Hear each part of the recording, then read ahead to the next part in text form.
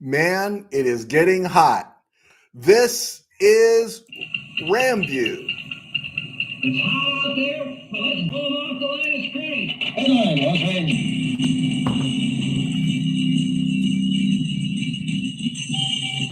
Los Live from the Ram Cave, I'm Joe Tarosian, and this is RamView, the July the 10th, 2023 edition, brought to you by Kistler Law Firm. Injured in an auto accident? Need help? Got questions? Call Kistler Law at 661-206-6990. That's Kistler Law at 661-206-6990. And check out KistlerLawFirm.com. KistlerLawFirm.com. That's one word. Kistler Law. They've been fighting for you since 92.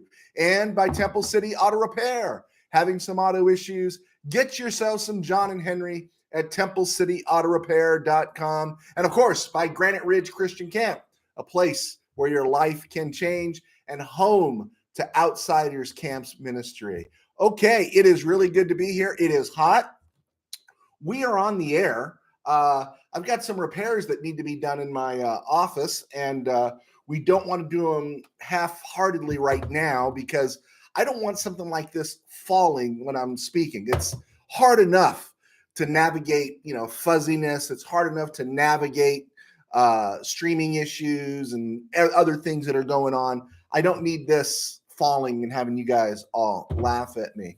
So we'll get to the RamView FanView part. We'll talk a little FanView. I love when people ask me questions, and the big news, I guess, when you're really desperate for NFL information and there's not much, is Megan Rapinoe will retire as the women's soccer star. Okay, great.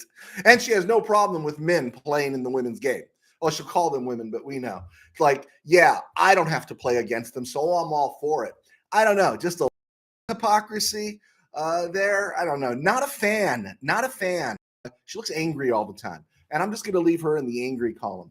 I don't like to get angry until the Rams blow a lead to Frisco or anytime they lose to Dallas. Then I'm going to go the Rapinoe route. But until then, that other stuff could stay over there. It is desperate dead period material month. I think that's what we're going to call July going forward. July going forward is desperate dead period material month for NFL stuff because there's just no news. Everyone's searching for news. Everyone's trying to create news. And I got about 3 points here I want to make in that desperate dead period material. And I've got some of my own desperate dead period material to throw out there. All right. Desperate dead period material number one. Thank you, folks, for clicking on. I usually don't get a live audience too often when I do RamView, but I do appreciate when you folks click on, ask questions, leave notes. I would be very appreciative. I love to interact. Desperate dead period material. Rams tried to trade Matthew Stafford in the offseason. Bum, bum, bum, bum. Do I have the Jim Healy? Bum, bum, bum, bum, bum. Do I have the Dragnet theme? Really? Okay, I guess. Somebody calls, you'll talk to them about Stafford, or do you really think anybody's going to call about a quarterback who's turning 35 this year, who was coming off a neck injury, who got racked pretty good last year? He's already got a ring, and he's due to make 44 rocks this year, 40 next year, 38 the year after that, and 36 the year after that in 2026. Not really a great bargain. And of course, the dead money hit for the Rams would be incredible. I'm sure somebody said, hey, would you? I don't know, make us the right offer. But again, I'll say this repeatedly when it comes to Matthew Stafford. Dak Prescott, nope, I'm keeping Stafford. Anybody on the 49ers, I'm keeping Stafford. Derek Carr, I'm keeping Stafford. Jordan Love, I'm keeping Stafford. Jared Goff, I traded him for Stafford. Geno Smith, I'm keeping Stafford. Daniel Jones, Stafford. Sam Harrell, Stafford. Okay, there's nobody. Kirk Cousins, Stafford. Baker Mayfield, Stafford. I'm keeping Stafford. Go to the AFC. You could have Stafford for Mahomes. You could have Stafford for Joe Burrow. You could have Stafford for Josh Allen. You could have Stafford for Justin Herbert. After that, it gets a little murky, especially when people are telling me that Tua is great. When people are telling me I should trust Lamar Jackson being healthy. You know what I'm saying here? I'm not dancing. Russell Wilson, I like Stafford. And if somebody offered me the moon for Stafford, one of those great quarterbacks and some picks or something, yeah, of course, everyone's movable. Hey, in the speculative sense, we're not saying it's rumors, Aaron Donald is movable. If somebody offered you 3 number ones for Aaron Donald right now, you'd say, yeah, I'll take it. And if the Rams are flailing at 3-13 or what, 0-9 at the trade deadline, wherever the trade deadline occurs, I should know that. Yeah, move them. Move them if you're 0-9. Go 0-17 at that point. But until you get to that point, those are stupid conversations to have. Desperate dead period material. Also, this last weekend, somebody opened up the books and said, Andrew Luck's due to be eligible for the Hall of Fame next year. And then I got to hear all the stories about how Andrew Luck got the snot beaten out of him when he was with the Colts. Yeah, he did. But if you go back and you check him, he's a really good quarterback. He had borderline opportunity to be great. But, what did he play? 6 seasons, 7 seasons? And I don't like the way he bailed on his team. When you're in that retirement place, okay, you're in that retirement place not in August. You're in that retirement place in the spring when your team and free agents are making decisions about what they want to do. Teammates are making decisions about what they want to do. And that was my only beef with Andrew Luck. That has nothing to do with him as a player.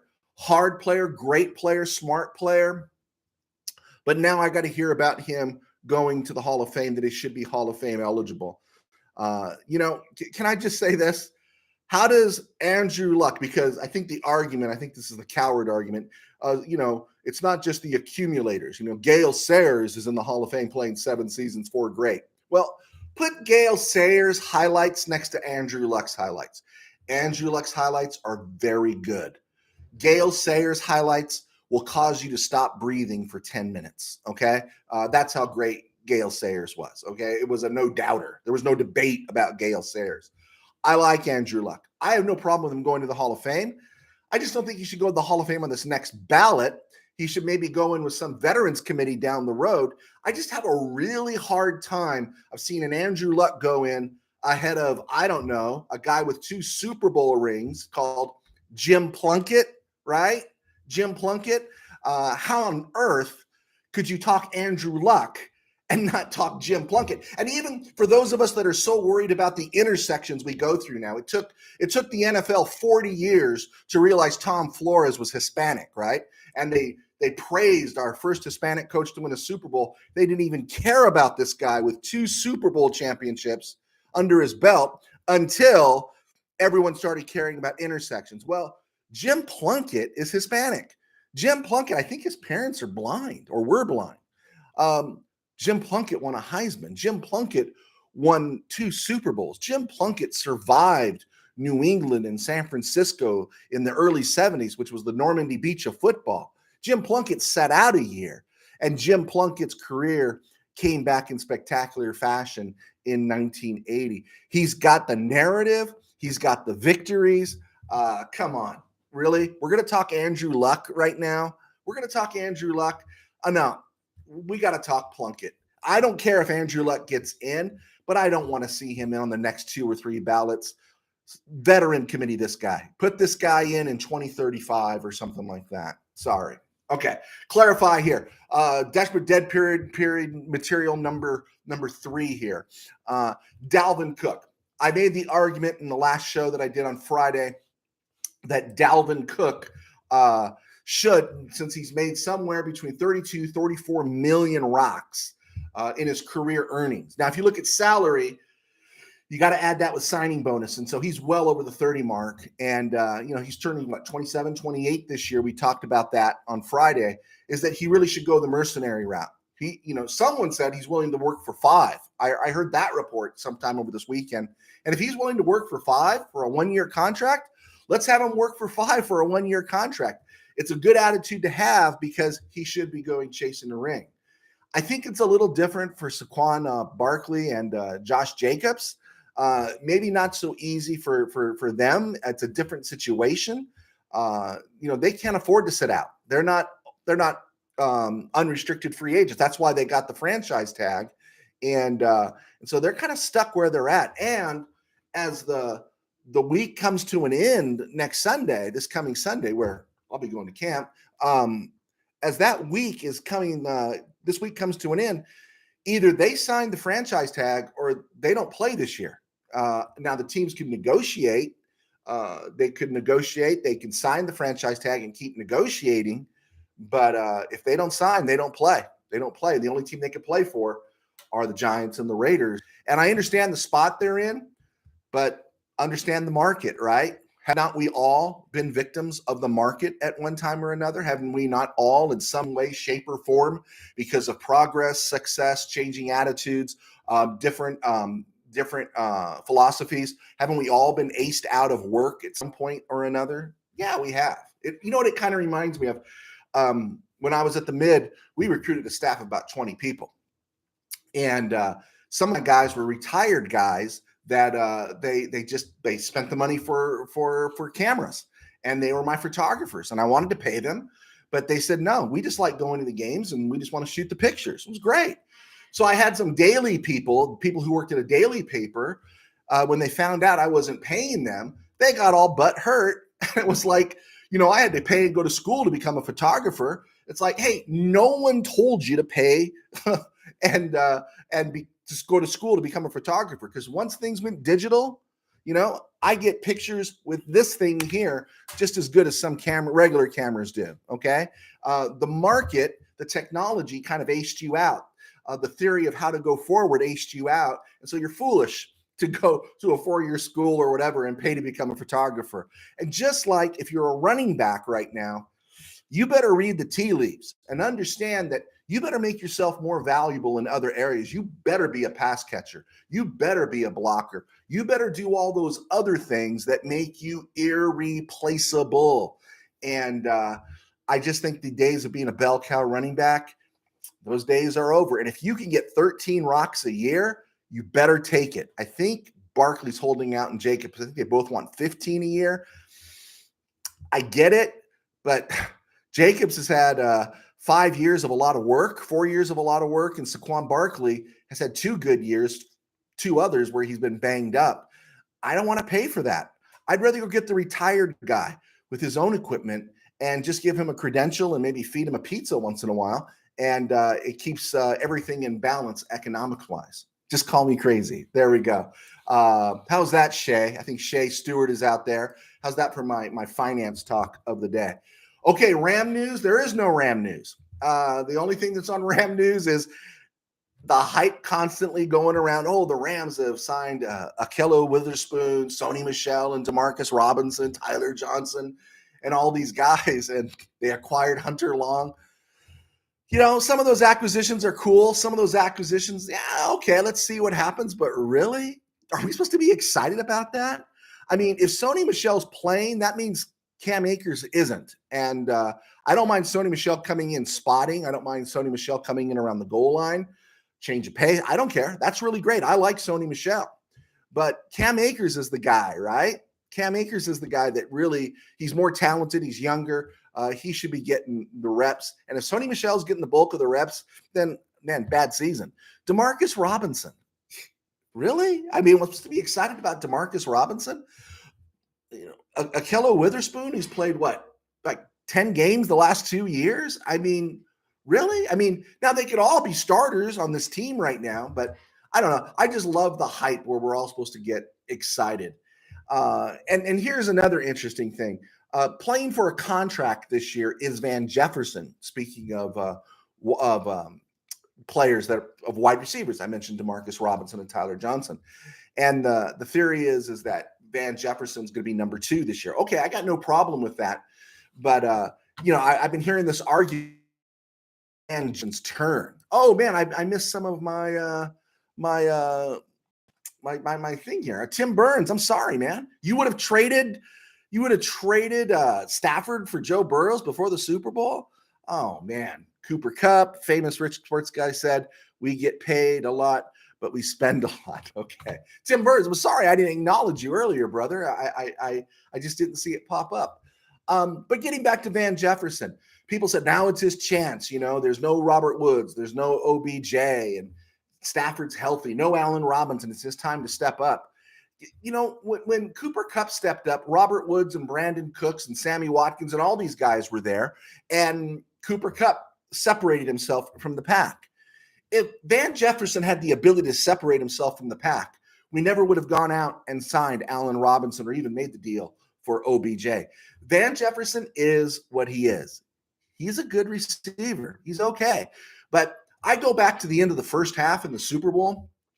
The last pass that Stafford threw into the end zone was Van Jefferson in a nutshell. He's there. He's going downfield, and he doesn't come to the ball. He doesn't fight for the ball. He doesn't contend for the ball, and it was picked off, if you remember that. Now, some people put that on Stafford. I put that interception on Van Jefferson. And, of course, he is banged up there a little bit, but that's Van Jefferson's career. He's not a contested catch guy. He's fast, but he's not super fast or Atwell fast, and just something to keep an eye on. Speaking of that Super Bowl team, that's where I wanted to segue to. Speaking of that Super Bowl team, 2021, the 2021 season, okay, that was February of 2022. So from February of 2022 to July of 2023, what is that? 17 months? About 17 months have passed. Okay.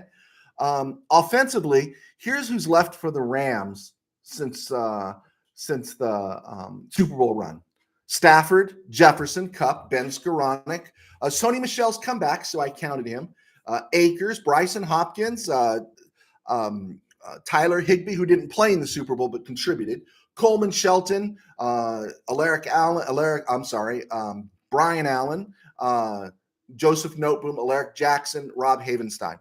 Those guys, about 13 players, are still on the offense that was on that Super Bowl team just a year and a half ago. Defensively, this is who you still got: Aaron Donald, hooray; Jordan Fuller, who didn't play in the Super Bowl; Robert Rochelle, who didn't play in the Super Bowl; and you still got Ernest Jones, who did play; Marquise Copeland, Jonah Williams, Robert Hoyt, and Christian Roseboom, who's played 8 defensive snaps in his whole career. He is a special team player. So literally on that entire roster, 53-man roster, 21 of those players are still on the team. Now, I didn't count people who didn't contribute or were inactive or were on the practice squad: Kier Thomas, Bobby Brown, Ernest Brown, Tremaine Ingram. And because he went out so early, I'm not even including Tutu Atwell. But that's how quick your roster turns over in the NFL. And that's why, you don't give a whole lot of money to a running back. All right, cool. The Kistler Law trivia question of the day. A lot of fun, getting a lot of hits.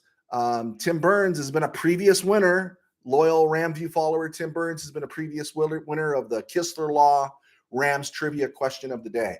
And that question is: the Rams joined the NFL in 1937. They've participated in 86 drafts. Yeah, that's how old you'd be if you were born in 37, right?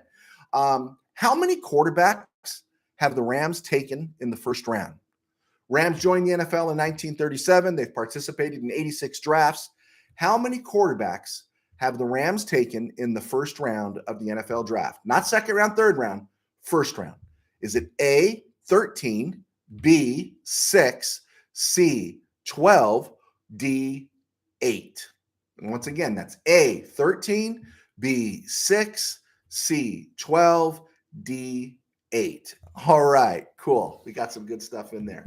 Commercial time. I'm Joe Tarosian, and I do this show because I am sponsored by Kistler Law, Granite Ridge, and Temple City Auto Repair. And I am wearing my Granite Ridge. I've been a sports writer for 21 years. I've spoken about it quite a bit. But I am going to take opportunity this week to slow down on talking about me. I am wearing a shirt here. It says Outsiders. You see my sleeves. You see this. I am the executive director of Outsiders Camps at Granite Ridge Christian Camp, which means that's the programming arm of Granite Ridge. And I missed a week of shows a couple weeks ago because I was a part of running CIT Academy, which is our Counselors and Training Academy. And we were getting students ready to be junior counselors at our kids camp. Well, our kids camp starts this Monday. It goes from July 17th through the 21st. Good seats still available. But one of the things that we also do, and if many of you follow me on social media, is we cover our 90 hours that we're at camp in prayer.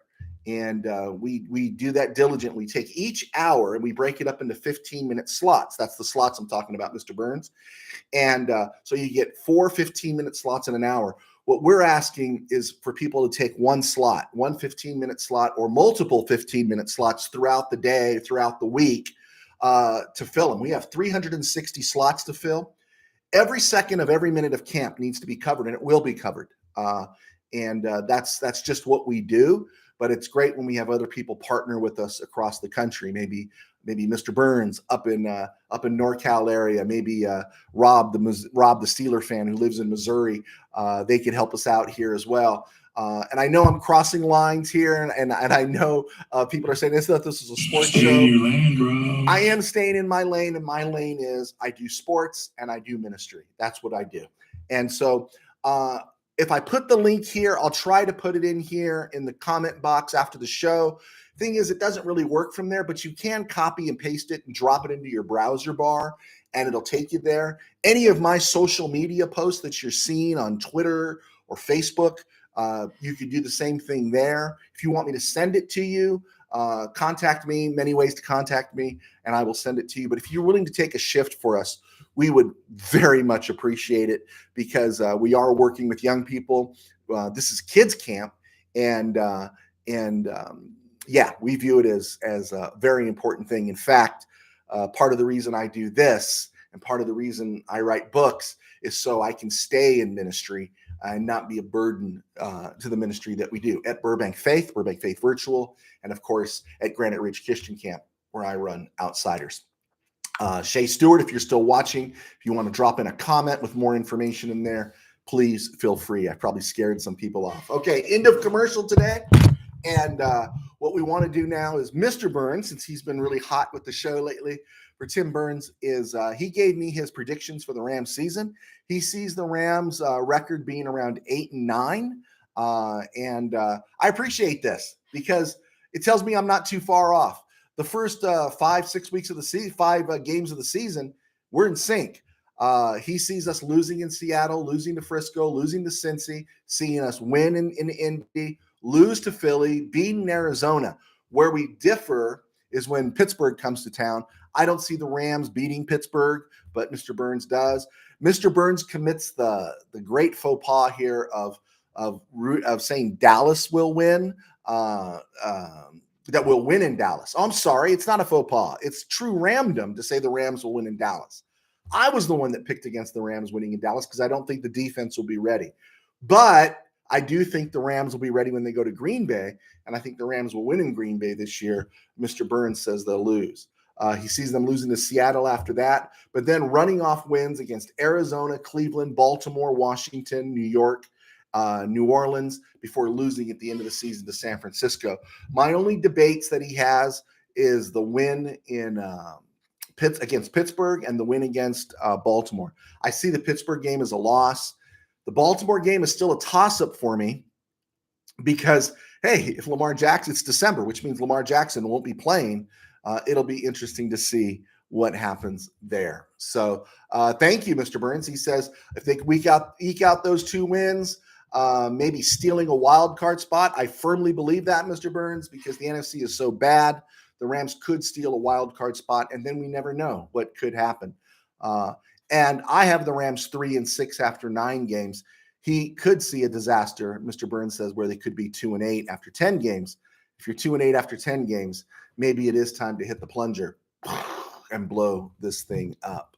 Okay, on this date in Ram history, not much, but in the year 2000, former Ram quarterback Bill Munson passed away at the age of 58. A little tip, a little inside information if you stuck with us. Bill Munson was a first-round draft pick of the Rams. He was a quarterback, first round, 7th overall in 1964 out of Utah State. Grew up in Lodi. He played 16 seasons in the NFL. Rams, Detroit, Seattle, San Diego, and Buffalo. Primarily with the Rams in Detroit. He bounced to Seattle, San Diego, and Buffalo at the end of his career. He spent 8 seasons with the Lions, primarily as the backup to Greg Landry. But Landry got hurt so often that even though Munson appeared in 60 games, he started 48 of them with the Lions. In 4 seasons with the Rams, he was drafted just 2 years after Roman Gabriel in 64. He started 18 games for the Rams. Munson did.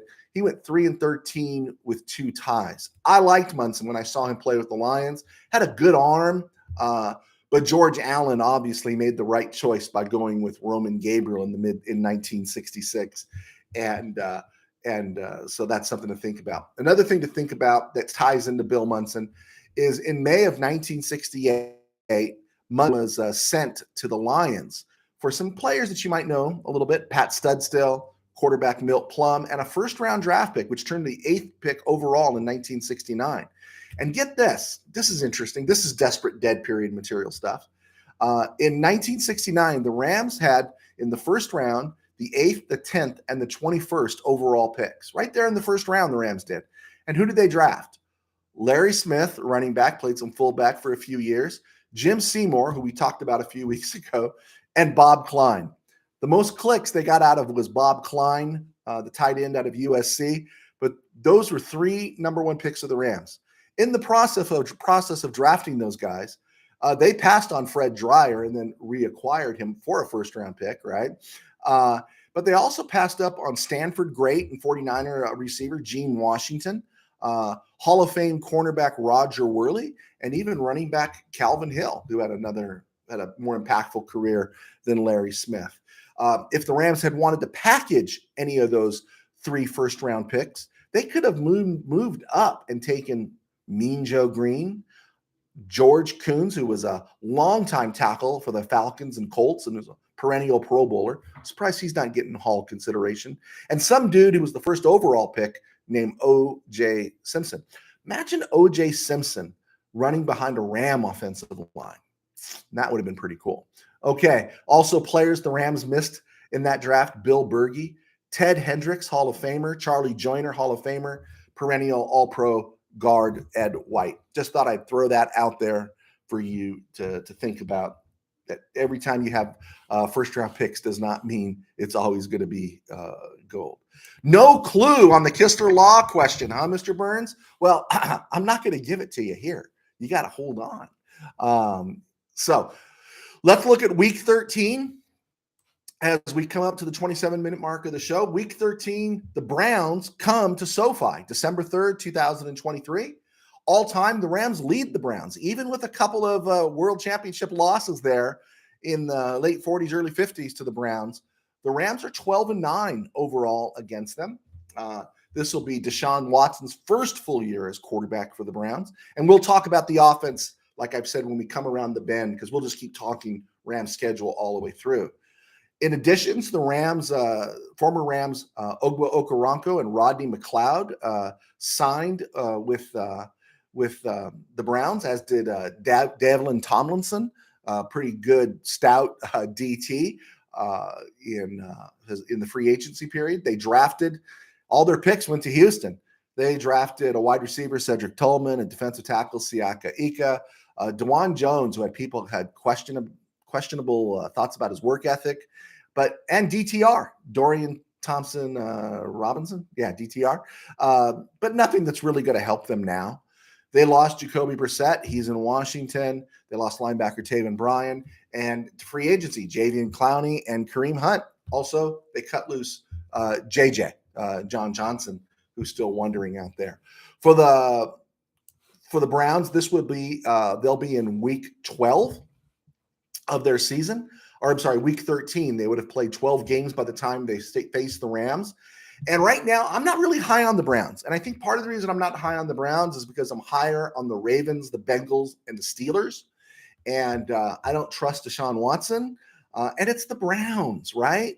You know, you ever have that friend that no matter what they do, they just find a way to mess it up? Now, in the 70s, we would have said, or the 80s, because I was in ministry in the 90s, so I wouldn't have said this. But, they always find a way to blank things up, right? You just have that friend that if it's going to go wrong, it's going to go wrong with them. Or when something looks perfect, they're still going to figure out a way to have it go wrong. That's the Browns, right? That's the Browns all the time. There's always something going on with the Browns, kind of like the Chargers. Anyway, I see the Browns beating Denver, the Cardinals, the Colts, and the Titans. But they're also playing and losing to Kansas City, Cincy, Pittsburgh, Baltimore, Frisco, Seattle, and Baltimore and Pittsburgh again. So by the time they get to Anaheim, SoFi, they're going to be a banged up team and not going to have much to offer. And so my faith is in the Rams in this game. What do they have on defense? Well, they have kind of a pedestrian secondary. Juan Thornhill was graded 20th in free safeties last year at the safety position. Their cornerbacks, Greg Newsom was drafted a couple years ago, 26th overall. He's been okay. Denzel Ward is fading. He had a really bad year last year, and he's only 26. Maybe he recovers. The linebackers are nothing special. Like I said, they signed Ugbo, but they also acquired, I forgot to say, Zadarius Smith to go on one side against Myles Garrett on the other side. So they got two bookend edge players. At the edge, Garrett was ranked number 1, Zadarius Smith number 13. Now, he's been in double digits, 4 of the last 5 seasons with sacks. He missed all of 2021, but he came back last year, had 10 sacks for the Vikings. Or I'm sorry, the Packers. No, it was the Vikings last year. I think so. Yeah, he had already left Green Bay. And he's turning 31 this year, so is there anything left in the tank? Something to keep an eye on. And then up the middle, they signed Dalvin Tomlinson. He was with Minnesota. 6'3", 325. This guy's a space eater, man. This guy, he eats space, he eats desks, he eats chairs, he eats everything. He's the perfect run stuffer. And that's a nice compliment to those guys on the edge.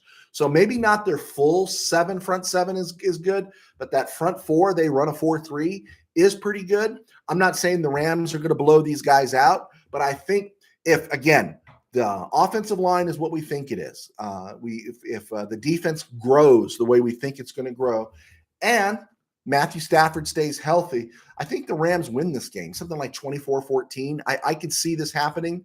And if the Rams win this game, that means their record would improve to 6-6 on the season. We had them starting off 3-6, but coming out of the break with wins over Seattle, Arizona, and now the Browns at SoFi, the Rams will be right back in the hunt in a weak NFC. So I do see the Rams winning this game, and that's why it's 6-6 heading into week 14 because they've already had their bye. The Rams will be contending for a final wild card spot. I'm not guaranteeing it, but I definitely see it happening. Okay, cool. So we got the show in, and we will go from there. And got the trivia question. That's right. Thank you for the reminder. The Stone Groove. Got to get the Stone Groove. The whole show's a Stone Groove, but we got to get the reminder in here. The answer to the trivia question that you're all waiting with bated breath, right? Let me get this in here real quick for you. Okay, we are good. All right. The Kistler Law trivia question of the day. The Rams joined the NFL in 1937. They've participated in 86 drafts. How many quarterbacks have they taken in the first round? Did you say 13? 13? Nope, that's wrong. Did you say C, 12? Nope, that's wrong. Did you say D, 8? No, that's wrong. Did you say 6? That's not wrong. That's right.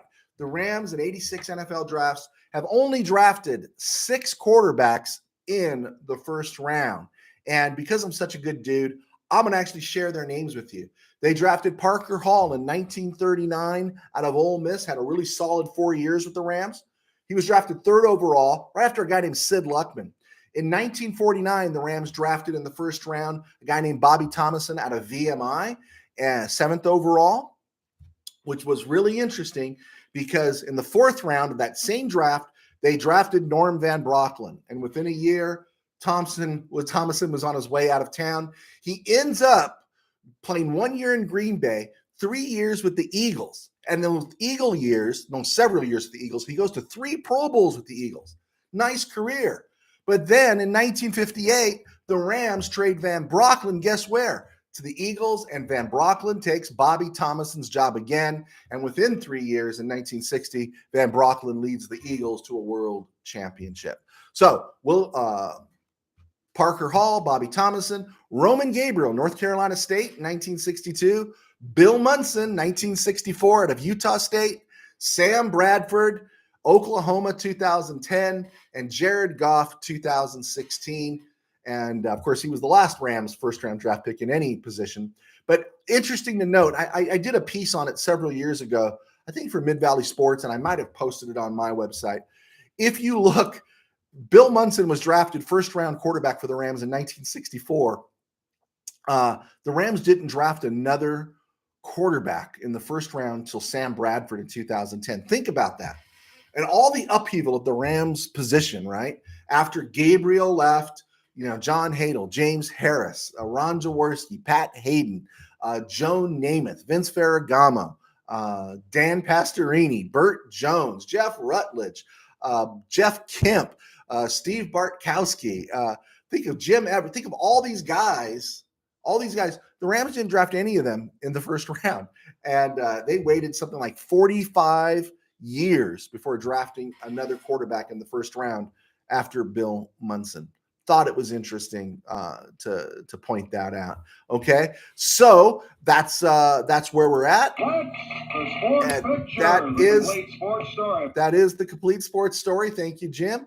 And I'm Joe Terosian, and I got to get out of here. Please ask me questions if you have them about summer camp and about filling out our joining our prayer team. And I'm happy to answer them. I'm all over social media. You can find me or sidebar me, and I'm happy to talk about it. Cool. That's where we're going. Thank you so much for your support. God bless. Go Rams.